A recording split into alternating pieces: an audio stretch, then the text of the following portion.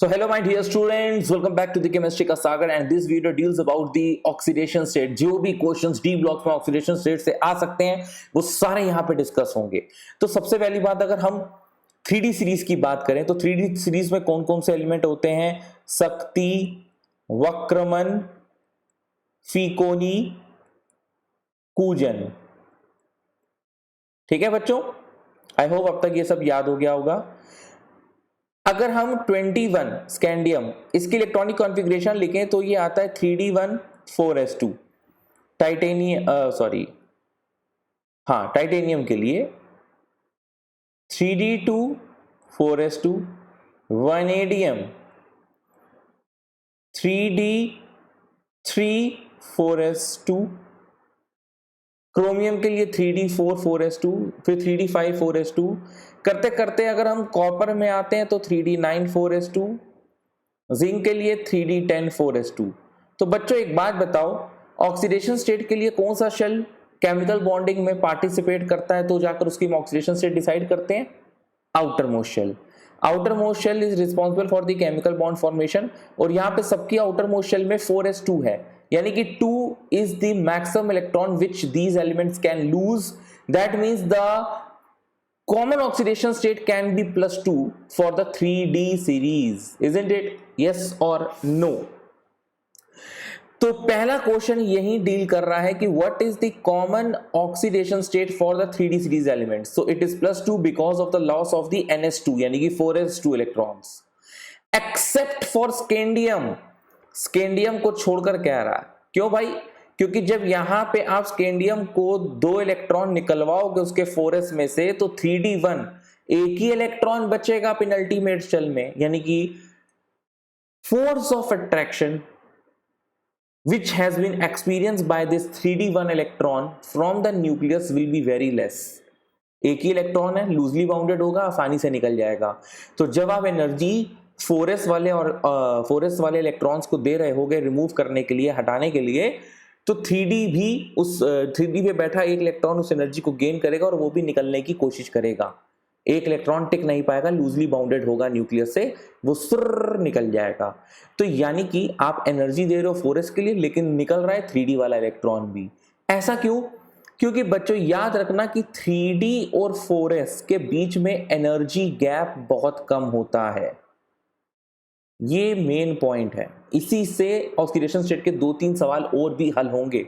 तो 3D और 4s के बीच एनर्जी गैप कम है, 4s2 तो निकला ही निकला, 3D एक भी निकल गया, तो स्कैंडियम अपना एक इलेक्ट्रॉन आसानी से लूज कर देता है। अब ऐसा तुम सोचो कि Ti के केस में होगा, तो नहीं होगा भाई।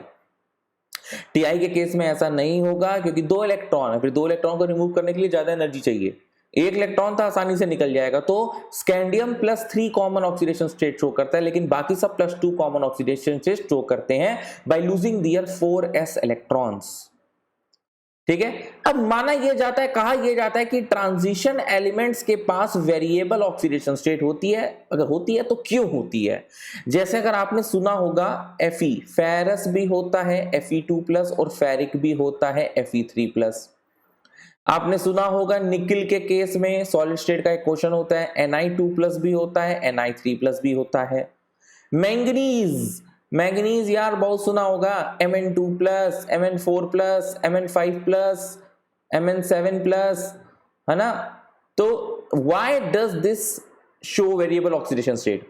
तो फिर से वही जवाब बच्चों, energy gap between 3D and 4s is very less.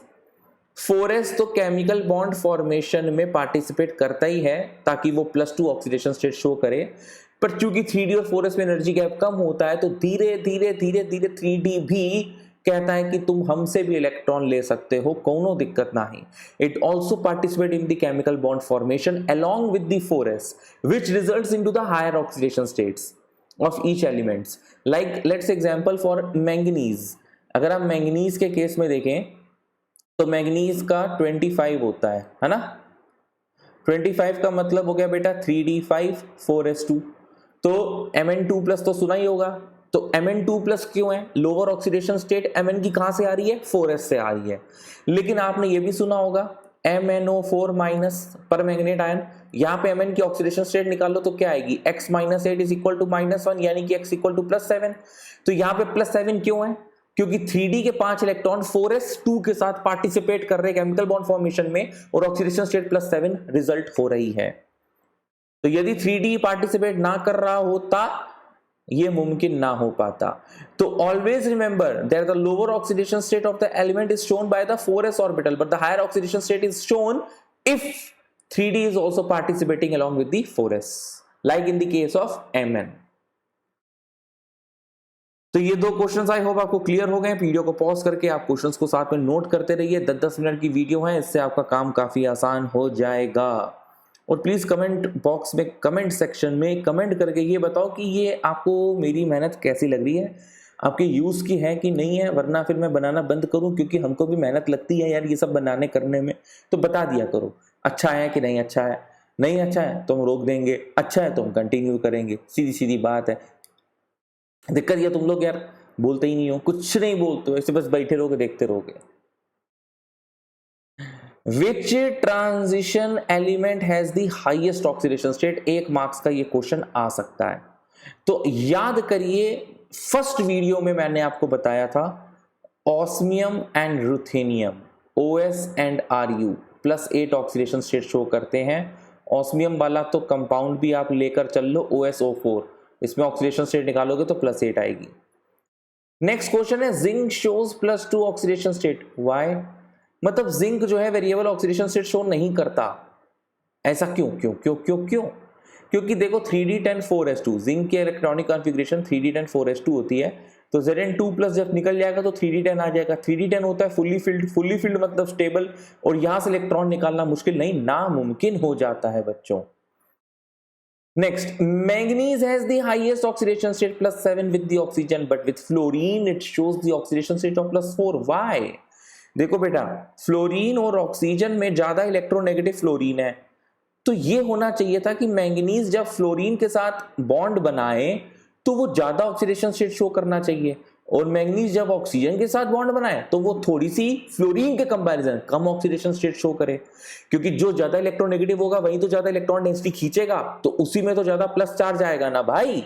तो फिर ऐसा क्यों हुआ कि ऑक्सीजन के साथ ज्यादा ऑक्सीडेशन स्टेट शो करता है लेकिन फ्लोरीन के साथ कम ऑक्सीडेशन स्टेट शो करता है? तो इसका आंसर बेटा ध्यान से देखिएगा, manganese can form p pi d pi, it is the main word.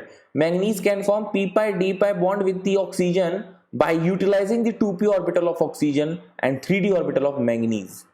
Hence it can show the highest oxidation state +7. With fluorine it cannot form p pi d pi bond, क्योंकि fluorine के पास 2d orbital नहीं होता, तो ये p pi d pi bond बनाने के लिए सक्षम नहीं होता। Hence fluorine it shows the maximum of +4 oxidation state. तो जैसे कुछ एग्जाम्पल्स की अगर हम बात करें कि यहां पर MnF4 है और यहां पर Mn2O7 है, तो Mn2O7 में ऑक्सीजन और मैंगनीज के बीच में p pi d pi bonding possible हो रही है क्योंकि डबल बॉन्ड बन रहा है। फ्लोरीन के आउटर मोस्ट शेल में, बच्चों बड़ा ध्यान से सुनना, फ्लोरीन के आउटर मोस्ट शेल में 7 इलेक्ट्रॉन होते हैं और 2d ऑर्बिटल नहीं होता वैकेंट। ऑक्सीजन के केस में भी 2d वैकेंट ऑर्बिटल नहीं होता, लेकिन इसके आउटर मोस्ट में 6 होते हैं। फ्लोरीन ने अगर अपना एक भी बॉन्ड बना लिया तो उसका ऑक्टेट कंप्लीट हो जाएगा 8, लेकिन ऑक्सीजन को कंप्लीट करने के लिए पाई बॉन्ड बनाने की आवश्यकता है, तो यानी कि वो मैंगनीज के वेकेंट ऑर्बिटल के साथ इलेक्ट्रॉन डेंसिटी को शेयर कर सकता है। इसलिए ऑक्सीजन मैंगनीज के साथ p pi d pi bond बना सकता है। कौन सा बॉन्ड?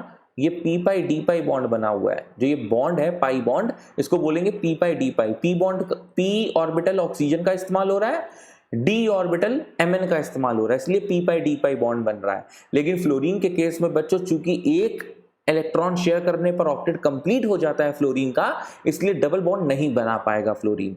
इसलिए Mn फ्लोरीन के साथ जब बॉन्ड दिखलाता है या बॉन्ड बनाता है तो वो +4 ऑक्सीडेशन स्टेट शो करता है, लेकिन ऑक्सीजन के साथ वो +7 शो कर देता है। Can transition elements exhibit zero oxidation state? Yes, it can show zero oxidation state. For example, in metal carbonyls, ये आप लोगों ने कोऑर्डिनेशन कंपाउंड में मॉलिक्यूल को देखा होगा, निकल टेट्राकार्बोनिल निकल। तो यहाँ पे जो CO है, ये जो लिगेंड है, इसका जीरो ऑक्सीडेशन स्टेट होता है या जीरो वैलेंसी होता है, सॉरी। तो इसका जब ऑक्सीडेशन स्टेट निकालेंगे निकल का, तो x + 4 टाइम्स 0 = 0, तो x = 0, तो it is exhibiting the zero oxidation state, isn't it? Next, it is a very important question. Explain why Cu+ ion is not stable in the aqueous solution. तो देखो भाई, सीधी बात यह है कि aqueous solution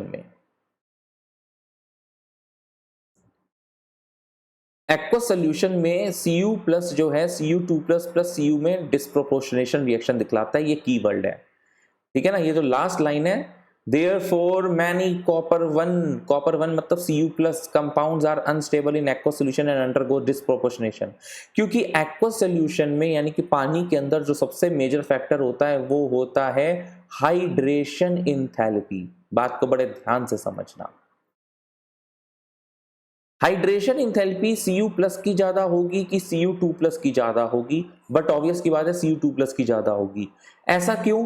क्योंकि hydration enthalpy is directly proportional to charge. जितना ज्यादा चार्ज होगा उतनी ज्यादा आपकी हाइड्रेशन इंथैल्पी होगी। Cu2+ का चार्ज ज्यादा तो उसकी हाइड्रेशन इंथैल्पी ज्यादा, Cu+ का चार्ज कम तो उसकी हाइड्रेशन इंथैल्पी कम। अब Cu+ का मतलब होता है 3D10 4s0। बात को बड़े गौर से सुनिएगा। Cu का मतलब क्या होता है? 3D10 4s1। Cu+ का मतलब 4s से एक इलेक्ट्रॉन चला गया। Cu2+ का क्या मतलब हुआ? Cu2+ का मतलब है, अगर आपको Cu+ में से एक इलेक्ट्रॉन निकालना है तो 3D10 को छेड़ना पड़ेगा, जो कि मुश्किल होता है, तो ये 3D9 बनाएगा। तो आपके दिमाग में ये चल रहा होगा कि यार Cu2+ बनाना बहुत मुश्किल है, Cu+ बनाना बड़ा आसान है। लेकिन तुम लोग कॉपर के कोई भी कंपाउंड देख लो, जैसे सिंपल CuSO4, CuCl2, उसमें कॉपर Cu2+ की वैलेंसी शो कर रहा है। ऐसा कैसे मुमकिन है? क्योंकि इस कॉपर जब एक्वस सॉल्यूशन में कंपाउंड्स बनाता है तो भले Cu2+ की सेकंड आयनाइजेशन थेरेपी बहुत ज्यादा है, यानी कि कॉपर की सेकंड आयनाइजेशन थेरेपी बहुत ज्यादा है क्योंकि 3D10 से इलेक्ट्रॉन निकालना है, लेकिन ये सारी बातें दब जाती हैं क्योंकि hydration enthalpy of Cu2+ is more than Cu+। तो इसीलिए Cu+ डिस्प्रोपोर्शनेट हो जाता है, it is not stable in the aqueous solution. एक बार यहाँ पे जो थ्योरी लिखी है इसको ध्यान दीजिएगा। Cu2+ is much more stable than Cu+. This is because although second ionization enthalpy of copper is large, but the hydration enthalpy of Cu2+ is much more negative than the Cu+, and hence it more than compensate for the second IE of copper, and hence it shows disproportionation reaction। तो बच्चों, like करना, share करना, subscribe करना और comment करके बता देना यार कि वीडियोस कैसी लग रही है। मिलते हैं नेक्स्ट वीडियो में।